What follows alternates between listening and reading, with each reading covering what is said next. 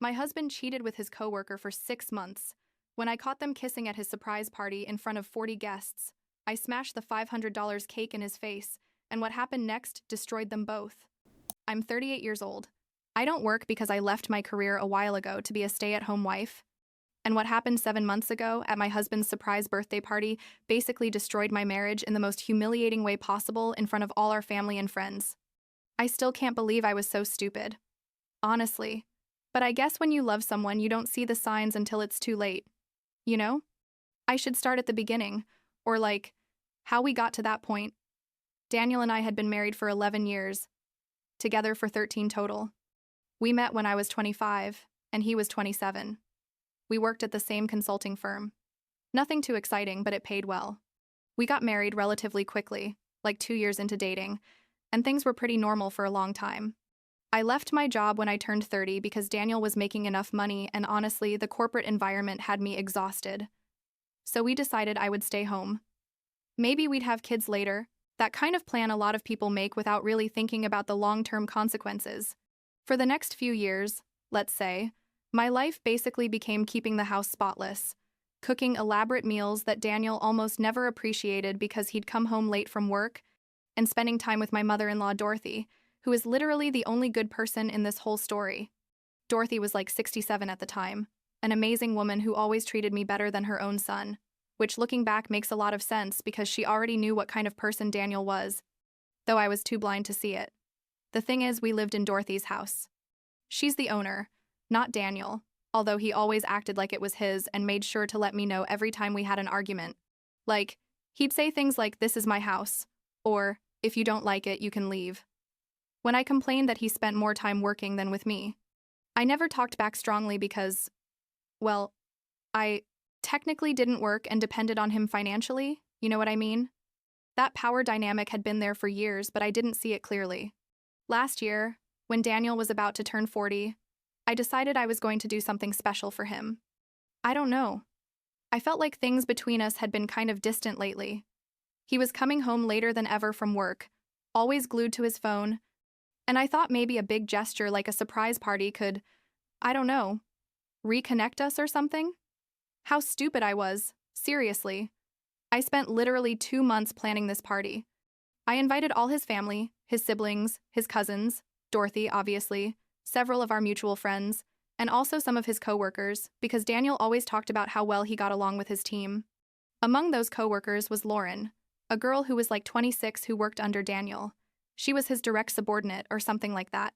He mentioned her occasionally, like, "Lauren did a good job on this project," or Lauren and I stayed late finishing the presentation, but never in a way that made me suspect anything.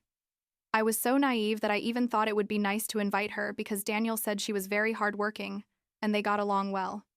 I organized everything at our house, or like, Dorothy's house, but where we lived.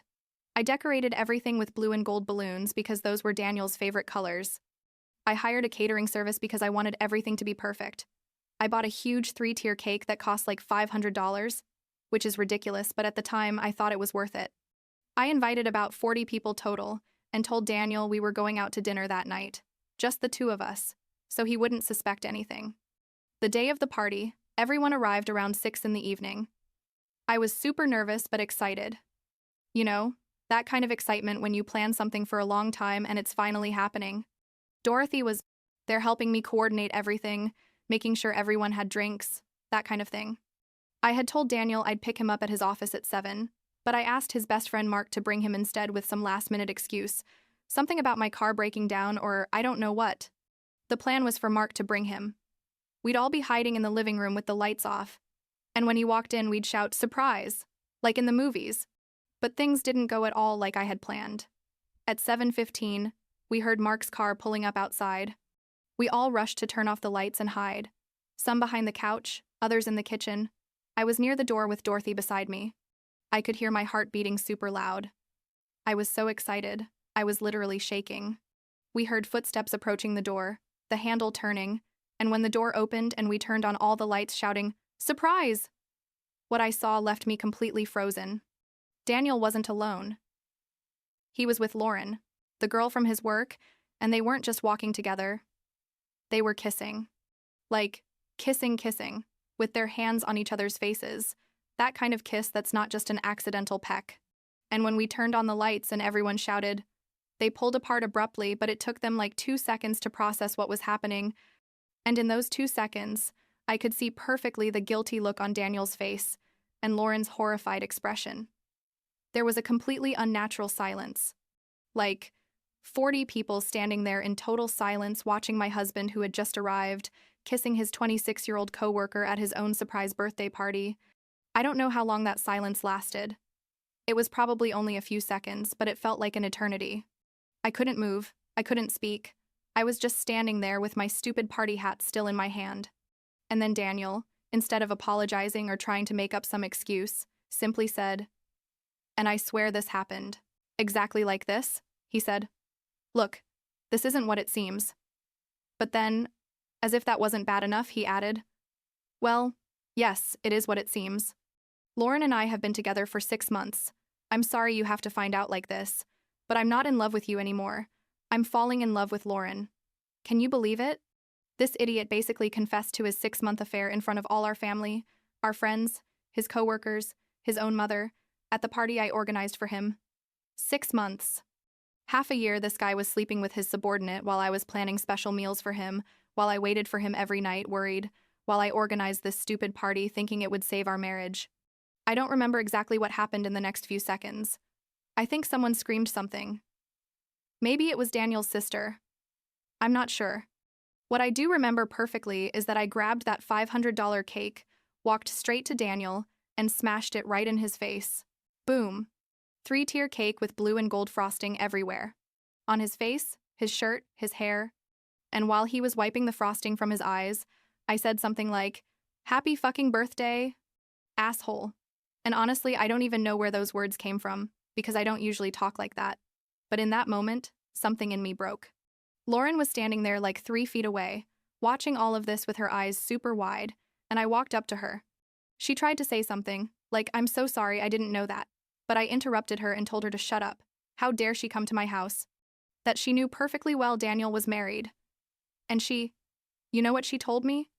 She said, with a straight face, "I'm his work wife. We spend more time together than you two. It's natural that something would happen." Work wife. This 26-year-old girl basically called me a stranger in my husband's life, and her his work wife. I lost whatever control I had left. I grabbed to her by the arm, dragged her outside the house, and when we were in the yard, I slapped her. Hard. I'd never hit anyone in my life, but in that moment, I didn't care about anything. She just stood there with her hand on her cheek, started crying, and I simply yelled at her to get off my property or I'd call the police. When I went back inside, Daniel was cleaning the cake off his face with a napkin. Most of the guests were in total shock. Some were already leaving, others were whispering among themselves. Dorothy was sitting on the couch looking like she couldn't believe what she had just witnessed. Daniel looked at me and had the nerve to say, "You need to calm down, you're making a scene." And I told him that I was making a scene, that he was the one who showed up kissing his mistress at his own surprise party. And then Daniel said something that still makes my blood boil when I remember it. He said, "I'm going to go with Lauren to make sure she's okay. You need to get out of this house. Tonight, I want you to leave." Just like that, as if I was the one who had done something wrong. He ordered me to leave my house, where I had lived for years, where I had cooked and cleaned and kept everything running while he was fooling around with his subordinate. But here's where the story takes a turn Daniel didn't expect at all. Dorothy, his own mother, stood up from the couch, walked over to him, and told him very calmly, but very firmly, "Daniel, this is my house. I'm the owner, not you. And if anyone is going to leave here, it's you." Daniel looked at her like he couldn't process what he had just heard. He tried to argue that technically he had been paying part of the house expenses, which was a lie. Dorothy never charged him a cent, but she simply told him to shut up. Dorothy then turned to me and told me I could stay as long as I needed, that this was my home as much as hers, that she wasn't going to allow her son to treat me like this after everything I had done for him, for years. And then, in front of everyone who was left at the party, she told Daniel she was disappointed in him, that she never thought he was capable of something like this, and that he needed to leave the house immediately. Daniel was in shock. I think he genuinely expected his mom to support him, you know? But Dorothy is a woman of principles and apparently has more morals than her own son. Daniel tried to argue a bit more, but eventually grabbed his car keys and left, probably to look for Lauren wherever she was. The last remaining guests started leaving shortly after. Most of them hugged me or said things like, "I'm so sorry," or "You don't deserve this." That kind of phrase people say when they don't know what else to say. When everyone left, Dorothy and I were left there in the middle of the living room decorated with birthday balloons, cake remnants everywhere, plates of untouched food on the tables. I collapsed on the couch and just started crying. I cried for hours. I think, while Dorothy sat next to me without saying anything, just putting her hand on my back. I don't remember much more from that night except at some point Dorothy took me to my room and helped me get into bed. The next few days were a complete blur. Daniel didn't come back to the house at all. Apparently he was staying in a motel with Lauren or something. I basically stayed in bed all day, not wanting to eat or talk to anyone. Dorothy would come knock on my door every couple of hours to bring me tea or soup, trying to get me to eat something. About a week after all that, Dorothy knocked on my door and came in with some papers in her hand. She told me she had been thinking a lot about the situation and that she wanted me to know I had her full support. Then she showed me the papers. They were like a rental contract. She explained that officially she wanted me to sign a rental agreement for the house for a ridiculously low amount, like $200 a month or something. Basically, nothing, but that legally that would give me rights as a tenant and Daniel couldn't just kick me out. Dorothy told me she could have stayed quiet and let Daniel throw me out, but she wasn't going to allow her son to treat me like trash after everything. I signed those papers immediately. And in that moment, something changed in me. I wasn't just sad or devastated anymore. I was angry. Very, very angry. And I decided that if Daniel thought he was going to get away with this after humiliating me like that, he was very wrong. The first thing I did was pack all of Daniel's things. And when I say all, I mean all. His clothes, his shoes, his toiletries, his video games, his books, his stupid college trophies, everything. I put it all in boxes, about 20 boxes total, and put them on the front porch. Then I called a locksmith and changed all the locks in the house. Dorothy gave me total permission to do whatever I needed. So I also installed security cameras at the front entrance, the back, and the sides of the house. Daniel was on a 2-week work trip, probably with Lauren, now that I think about it, and I used that time to prepare completely. I also contacted a divorce lawyer and started the legal process. I told the lawyer I wanted alimony considering I had left my career to be a stay-at-home wife and had been completely financially dependent on Daniel for 8 years. The lawyer told me I had a pretty solid case. When Daniel finally returned from his trip, he tried to open the door with his key, and obviously it didn't work. I saw him on the security cameras trying to put the key in, confused, and then he noticed all his stuff in boxes on the porch. He rang the doorbell like 10 times. I didn't answer. Then he called my cell phone. I didn't answer that either. Finally, he shouted something like, "This is illegal. You can't change the locks on my house." And I opened the second-floor window and yelled at him to talk to his mother, because she was the owner, not him. I saw on the cameras how he stood there for a moment processing that, then grabbed his boxes, put them in his car, and left. A few hours later, I got a super aggressive text message saying he was going to sue me, that this wasn't going to end like this, blah blah blah. I responded with just one word: go ahead. Over the following weeks, my lawyer officially started the divorce process. Daniel hired his own lawyer and started fighting everything. Obviously. He didn't want to give me alimony. He said I could work, that there was no reason for him to support me. But my lawyer pointed out that I had sacrificed 8 years of my career to maintain the home while Daniel advanced in his job, and that in addition he had committed proven adultery in front of witnesses. That helped my case quite a bit. But I didn't stop with just the divorce. I decided that Daniel also needed to face consequences at his job, especially because the relationship with Lauren was completely unethical considering she was his direct subordinate.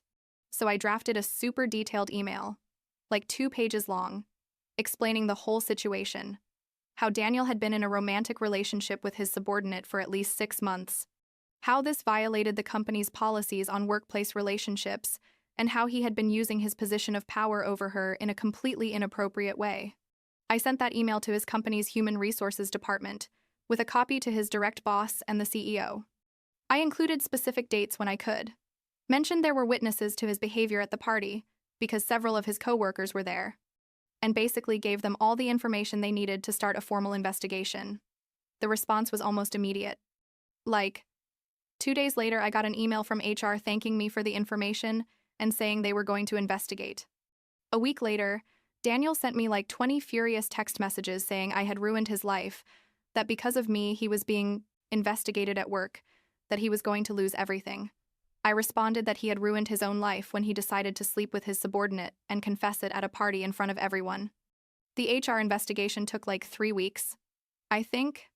During that time, Daniel was suspended with pay, and apparently Lauren was too. They talked to several employees, reviewed internal emails and messages, all that kind of stuff. And in the end, after gathering all the evidence, the company made a decision. Daniel was fired. They terminated his contract immediately for violation of company policies and unethical behavior with a subordinate. Lauren wasn't fired, but she was transferred to another department and basically demoted. Apparently, the company decided she was also at fault, but Daniel, as the superior with power over her, bore the greater responsibility. Honestly, I don't know all the details of what happened with her. I only know what I heard later through mutual acquaintances. When Daniel lost his job, he tried to use that in the divorce to argue that now he couldn't pay me alimony. But my lawyer pointed out that he lost his job because of his own actions and bad decisions, not because of circumstances beyond his control, so that wasn't a valid excuse.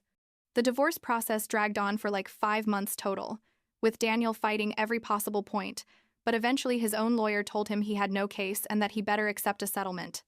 In the end, the divorce was finalized, with Daniel having to pay me alimony for 5 years, an amount that basically equals what I would need to live modestly while I re-establish myself professionally. It's not a fortune, but it's enough for me to take my time deciding what I want to do with my life, without having to desperately accept any job. I also kept the car that was in both our names, and he had to cover all the legal expenses of the divorce. With the money from the initial alimony payment, I went on vacation alone, for 2 weeks. I went to a resort in Mexico, spent whole days on the beach, took yoga classes, basically disconnected from everything. It was the first time in years I did something just for me, without thinking about anyone else. And honestly, it was the best thing I could have done. I came back feeling like a new person, or rather, like the person I was before I lost myself in that marriage. Now, 7 months after that disastrous party, my life is completely different. I'm still living in Dorothy's house, still with the ridiculously low rent, and she's basically become my best friend. I started working part-time at a local store. Nothing related to my previous career, but it's something that keeps me busy, and I like the environment. I also picked up some hobbies I had abandoned, like painting and doing yoga regularly. About 3 months ago, I started dating someone new, a guy I met at yoga class. It's nothing serious yet. We're just getting to know each other. But it's nice to feel like I can connect with someone again without all the baggage from my previous marriage. He knows what happened. I told him after a few dates, and he was super understanding about it. As for Daniel and Lauren, from what I know, they're still together. Daniel got a new job, but he makes quite a bit less than he used to, and apparently Lauren is still working at the same company, but nobody wants to work with her because everyone knows what happened. I heard through the grapevine that she complains that people treat her like a pariah and that her reputation is ruined, which, well, doesn't surprise me, and I don't feel sorry for her at all. Dorothy still isn't speaking to Daniel. He's tried to contact her a few times, sending her flowers and cards asking for forgiveness, but she rejects them all. She told me recently that when he's ready to really apologize and take responsibility for his actions, maybe they could talk. But as long as he keeps blaming others and playing the victim, she has no interest in having a relationship with him. Sometimes, I think about everything that happened, and I still can't believe it was real. Like, I organized a surprise party for my husband, and it ended up being the scene of the revelation of his 6-month affair in front of 40 people. It's so absurd that if I saw it in a movie, I'd think it's too dramatic to be believable. But it happened. And in some strange way, that public humiliation ended up being the best thing that could have happened to me because it forced me to take action instead of staying in a dead relationship. Last week, I saw Daniel at the supermarket for the first time since everything happened. He was with Lauren, both of them buying household stuff or something. He saw me, I saw him, and for a second I thought he was going to come talk to me, but he just looked away and kept walking. Lauren didn't even see me, or if she did, she pretended not to. and I continued with my shopping without giving it much importance. I'm I'm not going to lie and say I'm completely fine or that I'm over everything, because there are still difficult days where I wonder what I did wrong or how I didn't see the signs. But I'm better than I was 7 months ago, that's for sure. I'm rebuilding my life, step by step, and I have Dorothy supporting me in everything. I also started therapy a few months ago, which has helped a lot in processing everything. And what I did learn from all this is that no matter how long you're with someone or how much you sacrifice for them, some people just aren't going to value it. And that when someone shows you who they really are, especially in such an obvious way like confessing an affair at a party in front of everyone, the best thing you can do is believe them and walk away. You don't have to hold on to something that's already dead just because you invested a lot of time in it. I also learned that family isn't always who you expect. Dorothy chose to support me over her own son because she knew what was right. And that's something I'll never forget. She saved me, literally, from ending up on the street or having to go back to my parents in another state. She gave me the chance to recover with dignity. I still don't know exactly what's going to happen with my life in the long term. I don't know if I'll get married again someday, or if I'll eventually have kids like I once planned with Daniel, or if I'll resume my professional career from before. But for now, I'm okay with not knowing. I'm okay with just living one day at a time, with working at my little store, with dating this yoga guy, with painting in the evenings while Dorothy and I have tea in the kitchen, and I guess at the end of the day, that's enough for now.